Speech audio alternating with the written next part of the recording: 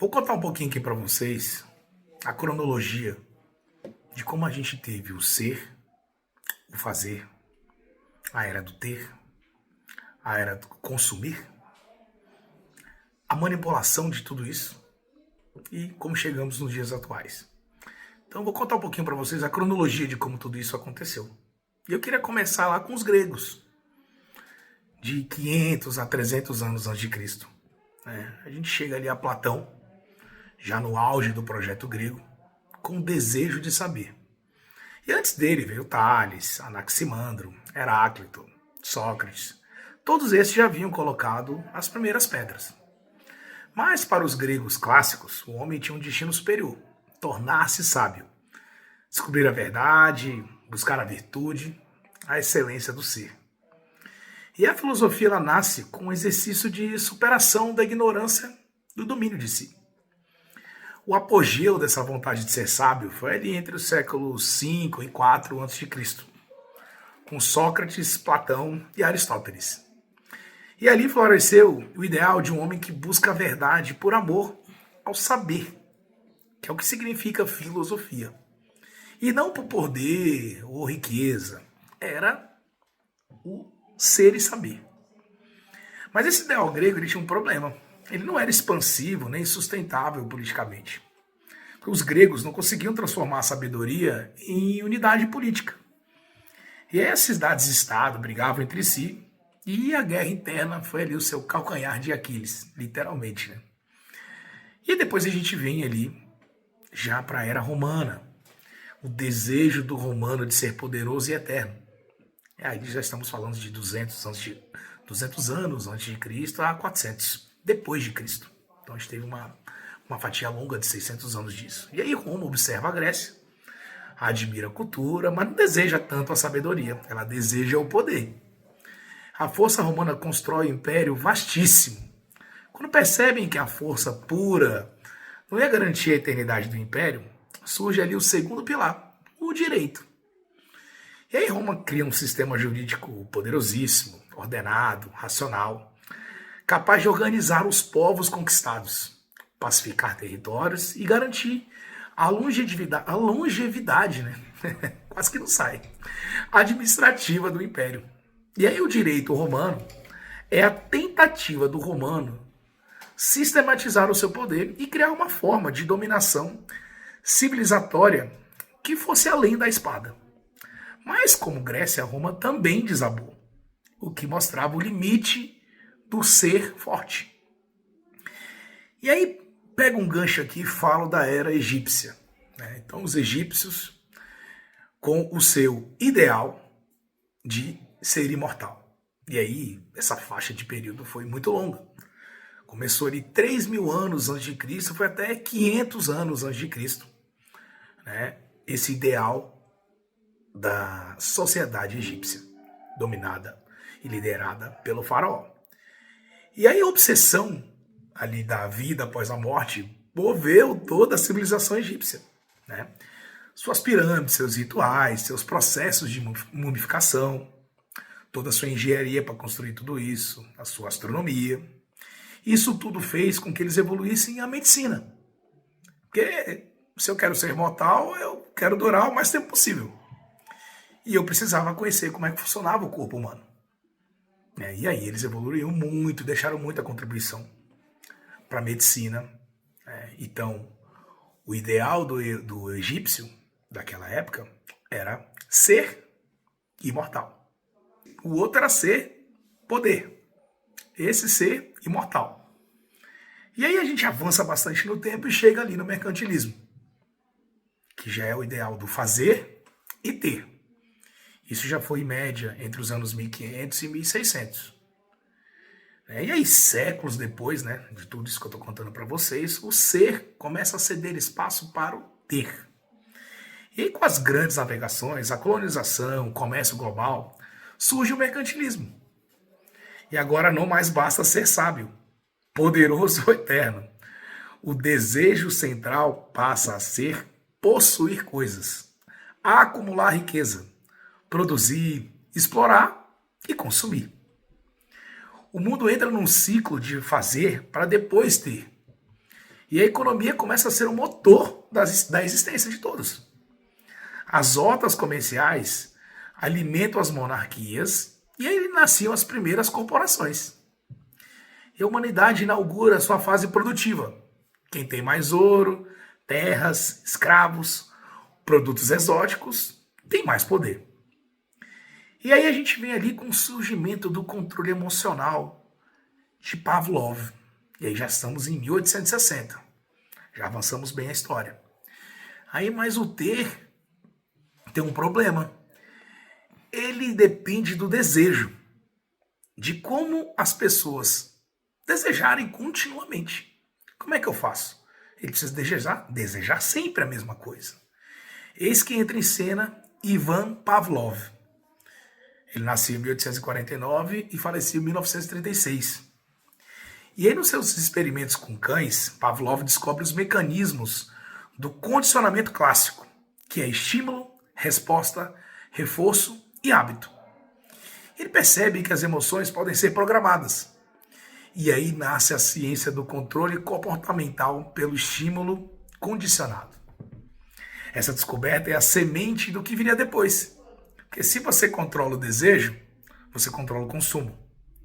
E aí vem a aplicação do controle no ser humano, que aí já foi o Watson. Em 1920, entre 1920 e 1950. O americano John Watson, influenciado por Pavlov, claro, leva a ideia mais longe. E ele, bom, se eu posso condicionar cães, eu posso condicionar bebês. E aí no famoso experimento com o pequeno Albert, o bebê, o Watson demonstra que é possível associar estímulos neutros a reações emocionais. E o objetivo era provar que emoções, como medo ou prazer, possam ser fabricadas por meio de estímulos ambientais. E aí agora não é mais só ter, é induzir o ter. E aí a gente avança para o aperfeiçoamento do controle, que aí já foi com Skinner, de 1950 em diante. E aí B.F. Skinner fecha o ciclo com sua caixa de Skinner. Que ele pensa, bom, se reforçarmos comportamentos desejados com recompensas apropriadas, podemos modelar pessoas inteiras. E aí educação, trabalho e consumo, tudo pode ser moldado pelo reforço sistemático. E a Skinner inaugura um modelo de engenharia comportamental que alimentaria indústrias e escolas, propaganda, publicidade e ainda mais tarde até as redes sociais. Né? E aí avançamos um pouquinho no tema e chegamos no presente, que é a civilização do ter controlado. E o mundo atual é o herdeiro direto dessa sequência. É o ter passou a ser o núcleo da identidade humana. E o controle do ter é operado por um sistema sofisticadíssimo, que as redes sociais produzem recompensa instantânea, com likes, visualizações, comentários, né? Os algoritmos funcionam como as caixas de Skinner, só que digital. O prazer é fragmentado, constante e viciante. As pessoas mostram o que têm na esperança de serem validadas. E o que não tem para não ser cancelada. O ter virou um novo ser. E aí eu sou o que eu mostro. E eu vou mostrar coisa boa. Vou mostrar sucesso. E aí o consumismo não é mais só coisas, mas a apropriação pública das coisas que temos. E a felicidade começou a ser efêmera, descartável, baseada na interação social e digitalizada. E as grandes corporações controlam o sistema através da produção constante de estímulos que mantém todos no ciclo eterno do desejo, que é compra, exibição, like, e aí você tem um vazio com um novo desejo. Resumo cruel, mas real, né? E aí dos gregos que queriam saber, aos romanos que queriam dominar, aos egípcios que queriam ser eternos, passamos ao mundo que só deseja possuir e ser visto, possuindo. Controlados por estímulos, somos os cães do Pavlov, só que 2.0, agora digitais. Ao ponto de ruptura disso, né, que é a era do consumo desenfreado, que começou ali no ano 2000 em diante. E aí, com a chegada da internet, redes sociais, as big datas, né? Inteligência artificial agora, o sistema do controle do desejo atingiu um nível nunca antes imaginado.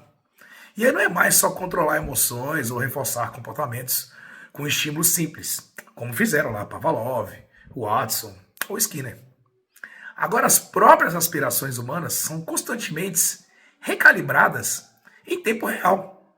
Com base em quê? Com base na coleta massiva de dados, né? Com as big datas, por exemplo, os algoritmos preditivos, a inteligência artificial comportamental, os mecanismos de validação social, como são os likes, os views, os seguidores, né? A cultura da comparação permanente. E aí hoje o ter não é mais apenas posse física. O novo ter inclui ter curtidas, ter seguidores, ter engajamento, ter visibilidade. E a validação social digital tornou-se a nova moeda emocional. As pessoas são instigadas a consumir não só produtos, mas imagens de si mesmas, consumindo numa vitrine pública de aceitação e sucesso. E se no passado se consumia para viver melhor, hoje se consome para exibir o que se consome. Eu tenho que mostrar o que eu estou consumindo. E aí o like é o reforçador positivo moderno, aplicado em escala global, o que o Skinner desenhou na sua caixa lá para trás. E aí a gente tem o estímulo, ele vem com reação, que vem com uma recompensa, que vem com uma repetição de tudo isso. E por trás disso estão os conglomerados globais, que são as Big Techs, as Big Pharmas, as Big Finance, as Big Medias, todas essas gigantes de todos esses ramos, que se estruturam e estruturam os seus algoritmos psicossociais de controle emocional e econômico de bilhões de pessoas. E aí, a sociedade da dependência afetiva digital, você tem ali que o ter sozinho já não basta. As pessoas querem ser vistas tendo, querem ser validadas pelo outro. E assim nasce a ansiedade por likes, a síndrome da comparação, o vazio pós-postagem, a sensação constante de inadequação e a dependência afetiva digital. Essa é a face mais avançada do controle. O controle da identidade emocional pelo capital social digital. As redes sociais, como vitrines globais, transformam cada indivíduo num microempresário de sua própria imagem, dependendo da apreciação dos outros, para manter sua autoestima. E aí o ciclo vicioso atual qual é? É produzir conteúdo e mostrar o ter. É receber validação com os likes, né, que são as recompensas dopaminérgicas, e sentir vazio, é o reforço negativo quando falta aprovação.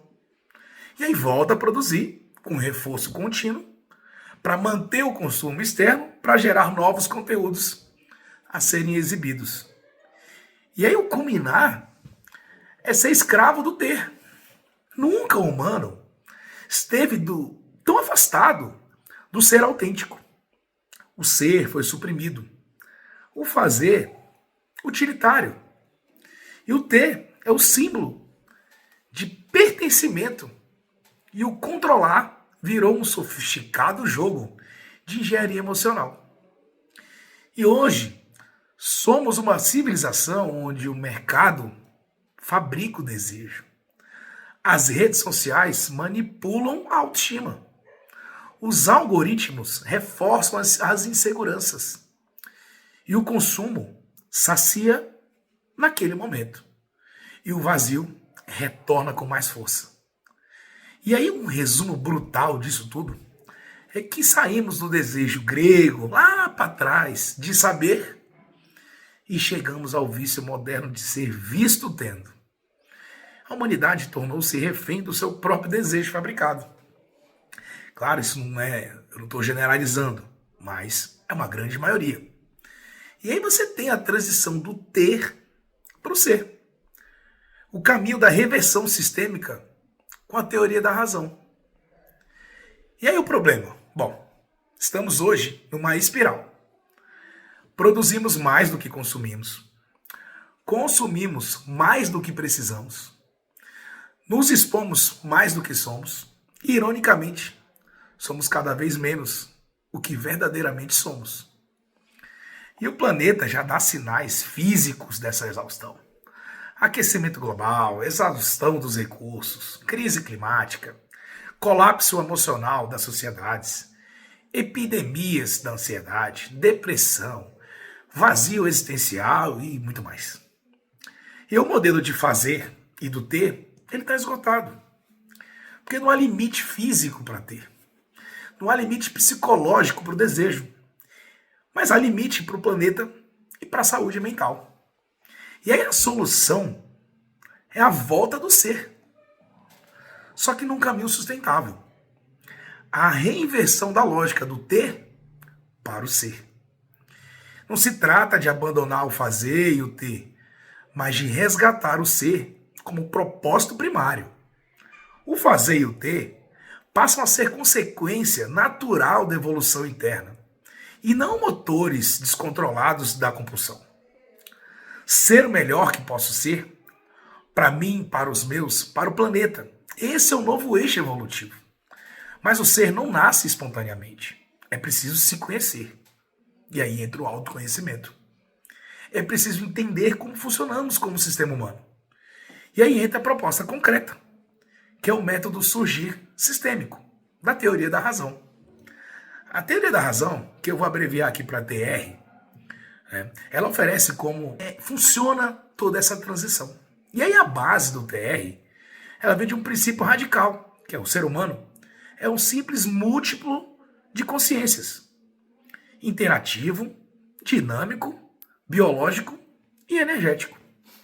E é um método surgir sistêmico, ele integra o autoconhecimento profundo com arquétipos do sistema humano da TR, que eu já falei o que é. E aí você tem o rei, que é o projeto de vida. Você tem a sua consciência rainha, que é execução e gestão. O príncipe, que é proteção e vigilância. E o banco do povo, que são memórias e registros transgeracionais. Então são 4 pontos: o rei, a rainha, o príncipe e o banco do povo. E você tem abordagens psicológicas, que são comportamentais, psicanalíticas e sistêmicas. Você tem a neurociência aplicada, que é a compreensão dos neurotransmissores, como a dopamina, serotonina, noradrenalina, oxitocina e por aí vai. Não como meros hormônios do prazer, mas como mensageiros biológicos que sustentam o equilíbrio emocional e o ser integral. E a espiritualidade não mística, mas evolutiva, que a consciência é capaz de arquitetar sua própria evolução. E como é que a TR permite a transição? Bom, primeiro, desprogramar o condicionamento emocional artificial, que foi o que Pavlov, Watson e Skinner fizeram. Reativar o governo interno do próprio sistema humano. E aí substituir o prazer efêmero externo pelo prazer autêntico da sua evolução, da evolução interna. E focar no ser, cujo potencial não possui teto. Aí, literalmente, o céu é o limite, quando você foca no ser. O que te permite que fazer e ter sirvam ao ser e não o escravizam. As consequências naturais dessa transição são pessoas emocionalmente autônomas, redução da ansiedade consumista, valorização do pertencimento afetivo ao invés de validação digital e cooperação em vez de competição destrutiva, com novos modelos de trabalhos e produção baseados em excelência interior e sustentabilidade. O maior paradoxo da humanidade de hoje só é libertar o ser e salvando o próprio planeta. Então, só ao libertar o ser, poderemos salvar o nosso próprio planeta. Porque a lógica anterior criou o quê? Se eu não tiver, eu não sou. A teoria da razão propõe inverter isso. E quanto mais eu sou, melhor eu faço. E só então ter passa a fazer sentido.